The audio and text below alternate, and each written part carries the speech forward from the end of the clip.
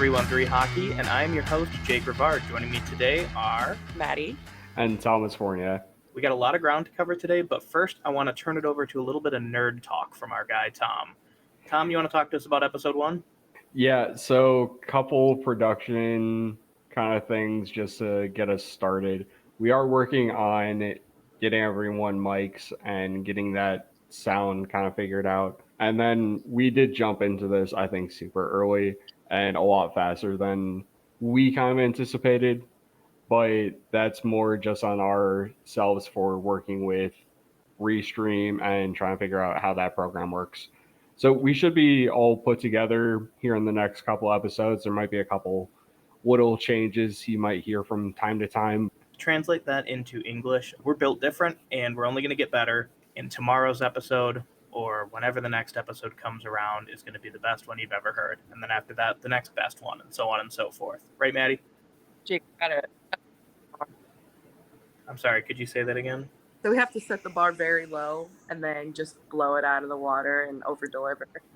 Speaking about the bar being super low, today's topic is really interesting. We're going to be talking about a team that I'm sure a lot of us have a lot of feelings about. The Chicago Blackhawks. Now, I was born to shit on the Blackhawks. This is when we discuss doing an episode where we can just dunk on the Blackhawks. I feel like, and we've already acknowledged that I'm a Jew, but if I could experience Christmas, this is it. This is my Christmas, everyone. Just dunking on the Blackhawks. Let's go. I'm ready. Well, then it should be Christmas like every single month or week for you, Maddie, because I feel like we're going to be dunking on the Blackhawks a lot, just in general. And to me, this is a team that isn't dunked on enough. Even if they have a couple jokes here and there and jabs from pundits or journalists or even people on Twitter, you're not seeing public outcry from fans or from the organization or other organizations for the heinous things that they've done and continue to do. I could start off by talking a little bit about their technical stuff. From pure hockey standpoint, this is a team that just looks like it's poorly mismanaged. They just traded their two-time 40-goal scorer, Alex DeBrincat, for a first-round pick and some spare parts. They traded their former third overall pick, Kirby Dach, and they bought out two players today, Brent Connolly and Henrik Borgstrom. I don't know if general manager Kyle Davidson knows this, but there is a salary cap floor, and they have to reach it.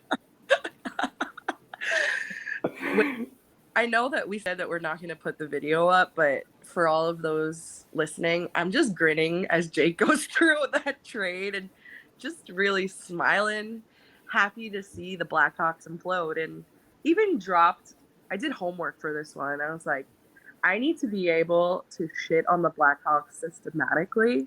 And I had to pull things out of the deep depths of their history to be able to do this in the right way. So I think the worst part about Chicago in general is their absolute most toxic fan base.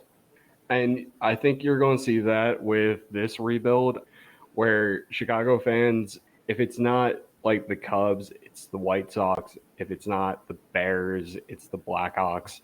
They're such fair weather fans to me. And whoever is looking to move from going like north to Wrigleyville, now they have to go down south to the fucking White Sox. And was it Guaranteed Rate Field? Oh, worst name. It really is, because it's so easy to trip it up and say something completely different. And I'm sure I'm going to get that notice when I go to edit this. But like, they really are such a terrible fan base, and I'm really looking forward to watching their fans just completely fall apart at the entire thought of what their team is going to look like next year. The just Twitter rants of fans falling out of love with their entire team over their scandals this past year, and all of this it's going to be fun to watch, I think, as a Wings fan. Now, don't get me wrong, I don't have a problem with any of the fans. Tom absolutely hates all of you down in Chicago and anywhere else associated with Chicago teams, but I don't hate you guys. I feel bad for you. I'm looking forward to all of the Twitter Chicago fan base just completely demolishing me. Tom is actively preying on your downfall. I do want to say, like, I do want to be careful with them because they are absolutely rabid. I just want to give my brother a shout out. He's actually a lifelong Chicago fan. And fun fact, I was actually born in Chicago. Anyway, my brother's a lifelong Chicago fan, and the Hawks was basically his favorite team. And then all of the sexual abuse stuff came out, and he stopped being a fucking Hawks fan. I respect him for that one. He likes all the other Chicago sports, so I dunk on him a lot. It's a mutual dunking fest, but we actually grew up in like 15 minutes away from where the Panthers play, so he just became a Panthers fan after all that came out. I'm like, okay, really good timing, dude. Yeah, good time if any. Like, cool, your team is stacked. And Yeah, honestly, I kind of hope that Chicago fans notice. I am like joking. They're not that fair weather. They are fair weather from time to time, but he's like, I don't think any more than any other city is that has more than two franchises in one sport. Tom's like, I'm joking unless you guys think it's serious and you think it's funny. Then yeah, pretty much. Yeah, pretty much. Yeah, I'm not really familiar with the rest of the fan base of Chicago, but like, I don't know. At this point, I feel really bad for you guys. You've had to do. Actually, you know what? No, I don't feel bad for you guys. You won. You got to see 3 cup wins. I don't feel bad for you at all. If you are still wearing a Hawks jersey, like loud and proud, though, and you are fully aware of what's going on, I think you should kind of be ashamed of yourself. Let's start with Kyle Beach. I hope that everyone. I know Jake just gasped. But okay, so starting with throats right off the bat, Maddie. Assume that our fans don't know what happened with Kyle Beach, even though I think the average hockey fan does. Make sure you fill them in. I think Jake, actually, I liked your commentary around this. Go ahead and talk about Kyle Beach. Holy cow! So I'm sure most of our listeners are familiar with Penn State. An advanced trigger warning for anybody that has survived sexual assault or any sort of abuse or anything like that. We're going to be getting into some pretty heavy stuff at this point, and it could get ugly. So if you want to skip ahead probably 5 minutes or so, I guarantee you we'll still be going in. For those of you still listening, let's talk a little bit about these scumbags. The Chicago Blackhawks in 2010, on their cup-winning run, had a player sexually assaulted by their head video coach, Brad Aldridge. Not only did this happen to a young prospect, a kid full of hopes and dreams, a guy trying to really just make his own in the league, but it happened in such a way that not only did the front organization cover it up, including the coach, the general manager, the owner who alleges he didn't hear anything, but players have come out publicly and said that Kyle Beach was ridiculed for his experience being sexually assaulted. Names like Patrick Sharp, Bob Campbell, and even Patrick Kane were mentioned as people who not only knew, but were actively like harassing this poor kid for what he went through. There is a thorough investigation that was conducted. General manager Stan Bowman was fired. Head coach of the Florida Panthers and ex-coach of the Blackhawks, Joel Quenneville, was fired. Several other members of the front office were fired. And yet, 2 of their biggest leaders, Patrick Kane and Jonathan Toews, 2 heads of the locker room, continue to not only play on the roster, but allege that they have no knowledge of what happened. I'm sorry, but if you are a captain and you are a leader of a team, and you claim to be this like figure that people can go forward with, you are either a dog shit captain because you are completely unaware that something horrible happened to one of your teammates, or you are complicit and you're trying to cover your ass. Captain Coward, get fucked. Sorry about that, guys. I think I kind of went scorched earth there. No, like, there's no excuse for anyone within the franchise or within the organization to let that go unaccounted for so long. I'm glad the investigation, what you said, it's finally finishing up, or? Yeah, they settled out of court, and the Blackhawks were punished for this. This is where it's going to really just make your hair turn gray with anger. I don't know if your hair can turn gray with anger. I'm not a doctor. The Arizona Coyotes, when they held an illegal training exercise for their prospects, were punished to the point where they had to give up a first-round pick in the draft, and possibly other picks from what I remember. The Chicago Blackhawks were fined $2 million.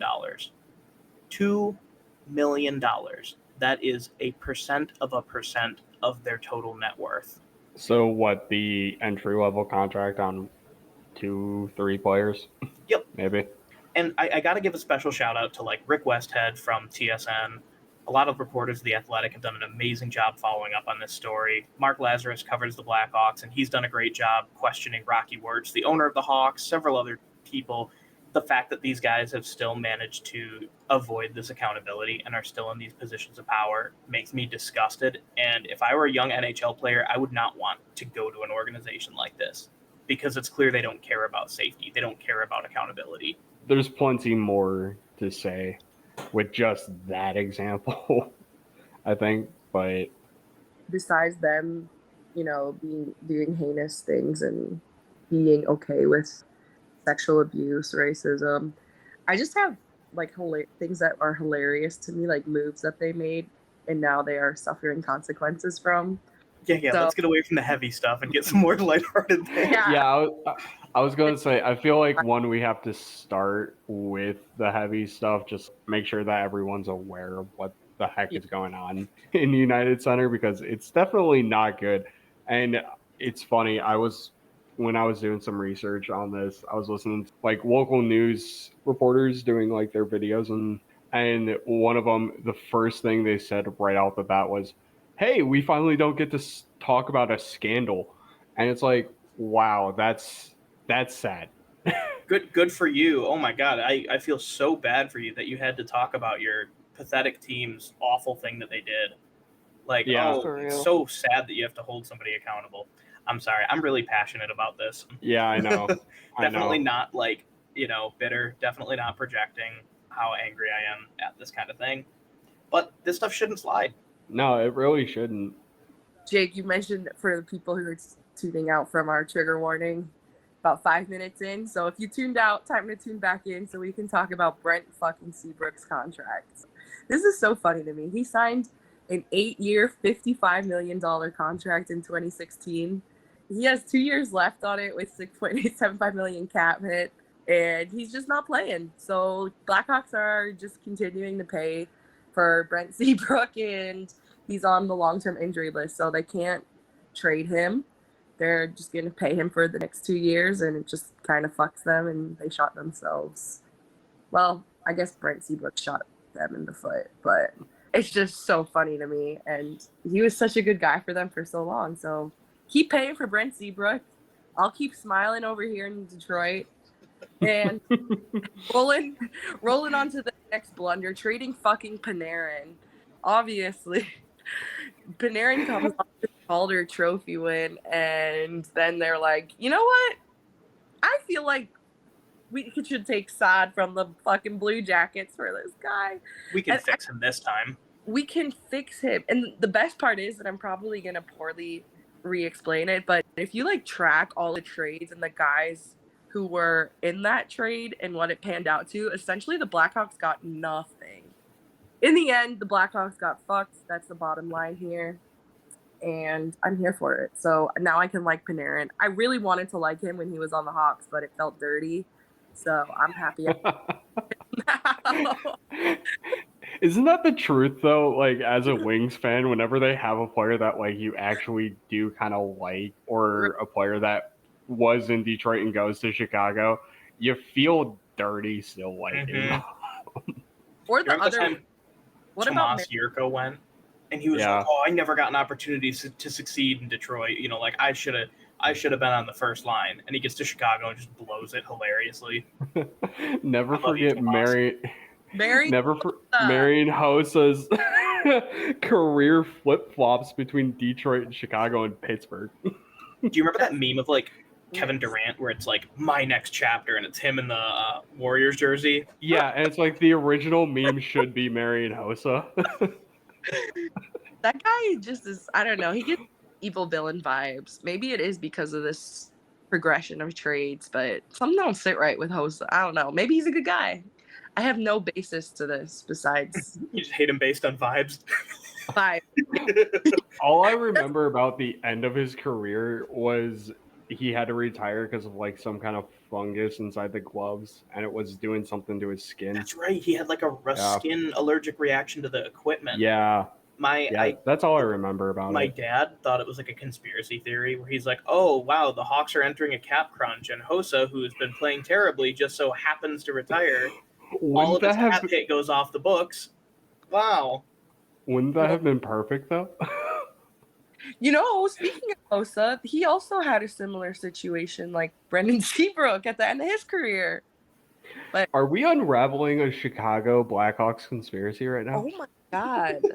Yeah, because Seabrook's hit us off the cap right now because LTIR salary. I think my most favorite deal that I've seen recently has been the Seth Jones one. The Columbus Blue Jackets sent Seth Jones to the Chicago Blackhawks in exchange for an unprotected first-round pick, Adam Boquist, and I think there was another prospect involved. Boquist has turned into like a bona fide top 4 defenseman for Columbus. He's super young. He's got a lot of potential. That first-round pick got them like an awesome player this year. And I think something else came out of it too. But like the trade is just so lopsided, especially because the Chicago Blackhawks offered him an 8-year, $9.5 million per year extension. And that 8-year timeline kicks in this year. Wasn't he kind of used parts to begin with? Like he was always injured before he he got was traded? Playing like 30 to 32 minutes a night for Columbus. And I mean, admittedly, a couple years ago, that was pretty good. He was like, oh my God. And they traded all of that for him? Yeah. And he stuck there for 8 years. Him, the corpse of Toews, and then however long Patrick Kane is going to be there. I was going to say their lineup is absolutely dismal this year. The Blackhawks absolutely. A weekend at Bernie's with Jonathan Toews, and they have little robots in the skates.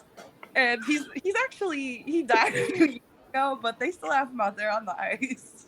Their coach is going to get on the ice and point at Toews and be like, figure out what it is that you do. Your top line scoring winger to pair with Toews and Kane. Pinocchio. Mickey Mouse. Like, oh my God. Like, it really is like that bad for them, though. I think it was Winging It in Motown tweeted out like, yeah, the first 500 fans to enter United Center will get to play on the team's 4th line for this game. Until that team shows that it's capable of taking a new direction and actually making amends for what they did, I don't think that you should be proud to wear that logo. It's also, besides the fact of all the shit that they did, it's literally a Native American head. The story behind it is like, sure, okay, cool, whatever. But still, like, just change the logo, change the name. It's not that hard. You could keep the Blackhawks name and just change the logo to like, I've seen a lot of like conceptual art where they have birds with like the same color feathers. Like, branding. It's just change the logo, you know? And even a shithole like Cleveland could do the right thing, and the Blackhawks can't. Yeah.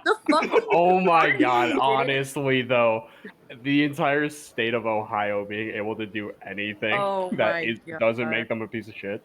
I'm just coming for everyone that's in the Midwest right now, I guess. Like, I don't want to sound like a piss baby when I'm like whining and complaining about like, this team is bad and they're dumb. These are like millionaires and very powerful people in charge of a sports organization. And if they can't get with the program and figure their shit out, like, I think they should absolutely be criticized for their actions. Oh, yeah. Between the sexual assault allegations, the numerous player contract issues, racism within fan bases, and trying to figure that whole issue out. And like every franchise needs an owner that's going to like actually go out and say to the fan base, let's do this thing right. And that doesn't even begin to even touch the fact that Rocky Wirtz, on an interview when asked about the sexual assault and asked about what he was going to do to change it, said, no, we're moving past it. We're not talking about that anymore. In front of a reporter, he said that to a reporter. Yeah. What? I see no indication that these people are willing to change. And even though, like, it's hilarious to me that they're in this situation, I also have to acknowledge how much I fucking hate Chris Ilitch. And if we're going to be going in on owners, we need to also put a little mirror up to us, because Chris Ilitch, although not that we know of at least, didn't cover up a sexual assault allegation, and not allegation, but a sexual assault case. Chris Ilitch is nothing compared to his dad, and if we're going to be critical, we can also talk about our own team ownership, because I am so dissatisfied, mostly as a Tigers fan. Like, I'm a huge Tigers fan, so it's right now in the off season for the Wings just really heating up for me, but like, fuck Chris Ilitch. Chris Illich, if you're listening to this, or if anybody at Illich Companies is listening to this, we would love to have you on the podcast. Oh, absolutely. Still, please. I'm not even going to be like hardball you or like, be a dick to you, but I do want to ask you some serious questions. Email us at 313pod@gmail.com. You know where to reach us. Follow us on Twitter at 313hockey. So I know Chris Illich had a bit of a chokehold with the Tigers, but thankfully he's a little more laissez-faire with the Red Wings. We recently hit free agency in the last week, and the Wings decided to sign a handful of players. A few of them I didn't expect. I'd like to take this moment to acknowledge several of our former Red Wings that have now left us. Mark Stahl, Sam Gagne, Mitchell Stevens, Philip Larson, Carter Rowney. You will be missed. Danny DeKeyser. And that's all. Great. Other than them. Wait, we lost the Kaiser for real? Yeah, no, he's gone. UFA. When did that Thank happen? God. This was the last year of his contract, and I can't say I imagine he's coming back after the last season he had. Oh think no, I'm heartbroken. Wait, No. cue the music again. Do do do do. Let's take a quick moment to acknowledge the many highlight that Danny DeKeyser had last year. The time he stopped Connor McDavid. That's all. The times that he got in the way of Moritz Seider's making his defensive play. Yes. Despite his best efforts, he managed to remain on the Wings for the entire season. Actually, no, I'm wrong. He went down. He got wavered at one point. Remember how good we looked when he was gone? I was like, cool. He's not in the way. So besides him, a couple old Red Wings now have new homes as well. Andreas Athanasiou went to Chicago. So advance apologies to whoever wins this giveaway. Very sorry that it has to be tainted by Chicago. Maddie, stop. Maddie, All right. stop. Stop. We're going to get a copyright warning. This one, Okay, then I guess I have to do a cappella. this one goes out to my girl, All right. Adri. I'm really sorry that your future husband, Vladislav Nemesnikov, went back to Tampa Bay. Gone. Probably won't be back. Sorry. He Former won't be back. defensive legend, Xavier Ouellette, who we thought was the future like 6 years ago, is now in Pittsburgh. Nick Leddy, who whelmed us last year, really was one of the players to hit the ice, stayed in St. Louis. Thomas Greiss and Jordan Binnington are now joining hand in hand to become the most problematic goaltending duo in the NHL. Islamophobe and Nazi together at last. That is beautiful in a fucked up way. Troy Stetcher is in Arizona. I don't know why. Brendan Smith, the legend, the GOAT, the low IQ hero. You're in New Jersey now. Good luck. And Hey, I think any that's word on Like a really Riley good Sheehan? Jersey Riley Sheehan. Yes, what is Yeah. he up to? I think he's still in Seattle. Oh, he is? Yeah, I believe so. How did he end up in Seattle?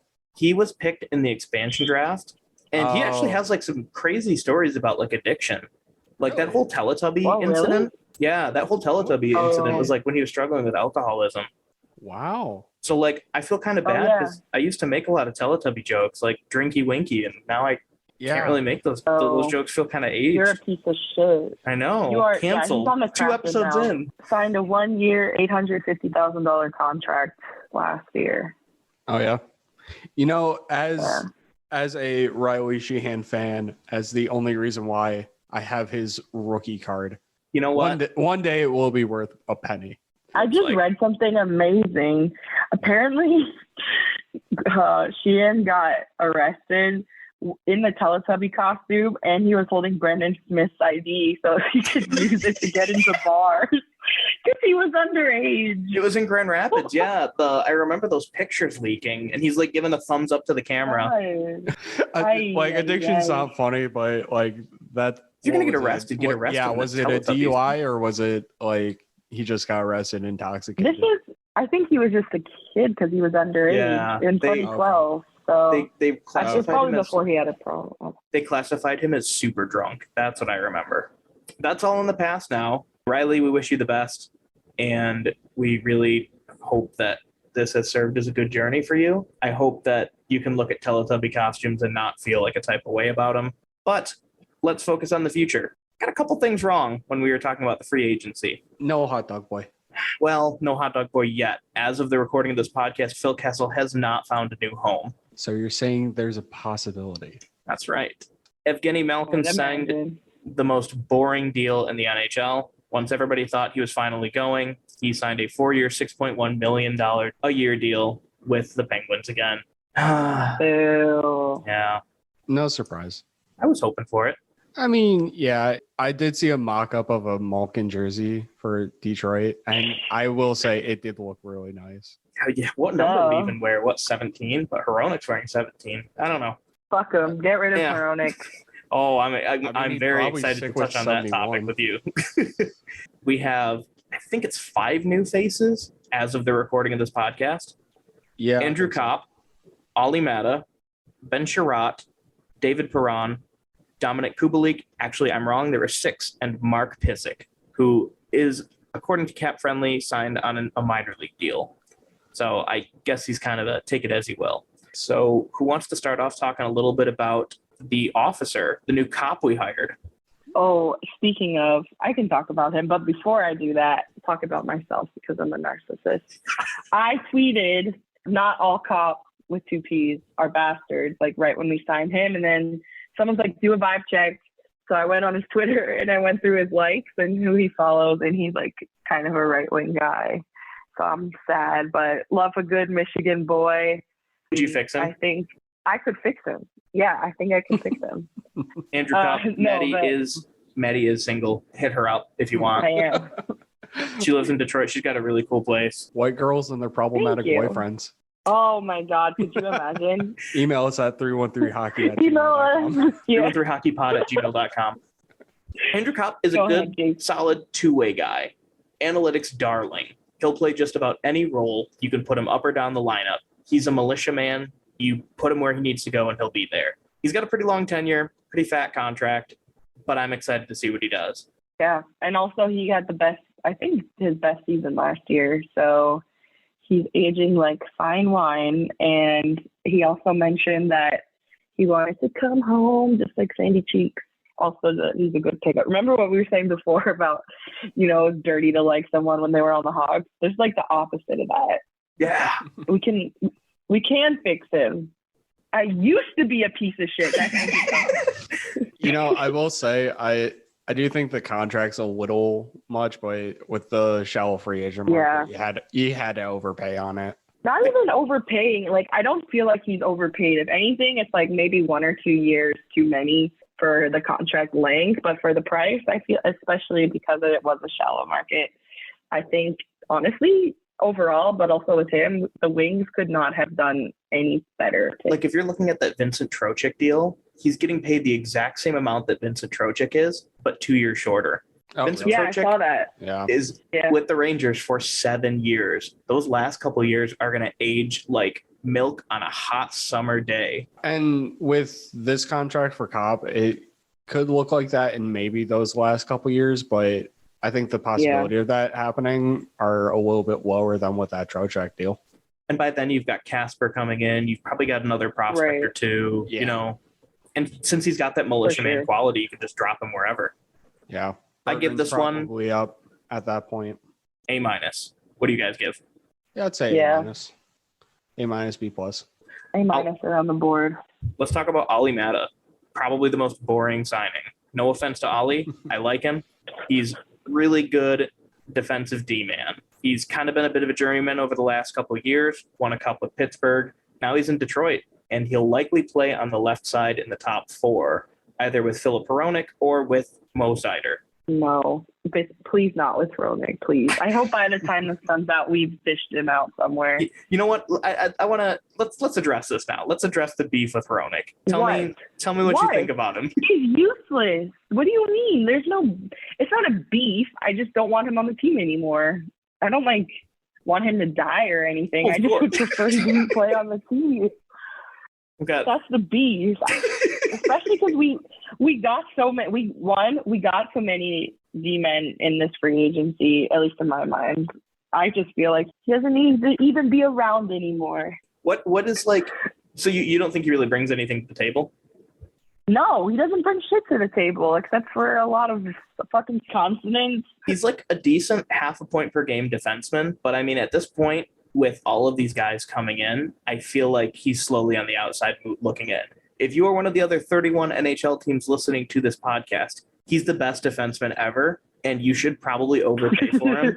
It's going to be such a steal. Yeah, see, that's the thing he's is like so I don't.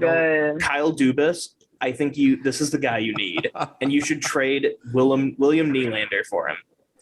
Like, Yeah. what a Oh great my pick. God. I'm not mad if we keep him throughout the season, but he's a player that definitely is on that trade block and in the trade talks. It's just crowded. It really is. He just starting doesn't to do look crowded, anything and for me. Ali Mata, how do you grade him? I'm going to say B+. B+, yeah. That's fair, yeah. Yeah, Maybe it's a an prove-it deal. Good Maybe job. an A- because it's cheap in the short term. That's what I do like about it. It's a cheap, short-term prove-it deal. You kind of hope that he may have a resurgence, or what he had in Pittsburgh, but probably not. Now let's talk about the most divisive signing of the day. Big Ben Sherratt, 4 years, $4.75 million a year. What the hell is this, guys? Like, You're like way more mad than I am. I'm not Yeah. mad at this at all. This was a pretty good pickup, I thought. I'm not like Yeah. furious. I just think it's kind of like a big overpay, and the term is pretty long. Yeah, look at the defense free agent market. There's just Sure. nothing there. But I mean, if you got like a Brett Kulak or somebody else, like this guy, I don't know. He's He's What's your beef? he He's sucked gonna in be- Montreal. He was okay in Florida. I think the thing is, I guess there's no beef. It's more he's been punching above his weight over the last couple of years. So his analytics kind of blow. I'm not I'm- a huge fan of the term. Yeah, I'll give you that. I'm cautiously optimistic about him. That's how I'll put it. Okay, I'll take that. He hits hard. He's got that dog in him. I'll say it. I think he's going to be good with, like, last year we were getting pushed around all the time. A lot of the young guys were getting bullied, and Larkin had to get himself Mhm. suspended in the first game to defend Yeah. him. So he's going to be good at standing up to those bullies. And that's one point that they do make in Elite Prospects scouting report on him, is he will take some dumb penalties from the time to time. But I mean, if that's the role that we kind of give him, it's just a lot of money to be paying for a penalty type of role. I'm going to give this grade a C. I don't know how you guys feel. You guys can disagree. I'll say C plus, minus. just because like I don't hate it. Did you say C- or B-, Maddie? B minus. Okay. I hope I'm wrong. I'll put it that way. I hope I'm wrong. And for optimism's sake, the cap is going up over the next couple of years, so this deal will look less weird as time goes on. Speaking of bullies, David Perron, 2 years. I think it's 4.75 million. Last year he scored 27 goals, 11 of them on the power play, which is something that the team really, really needed. And he is aging like the finest of wines. I'm happy about it. I hope that he does well. It's going to be a matter of watching these, 2 years? Watching these next 2 years. If he's still kind of aging like that fine wine you said, then you maybe sign him to another 2-year deal, maybe 1 year, depending on. He's 34. 34. So he's an old boy. Yeah, He's not the worst.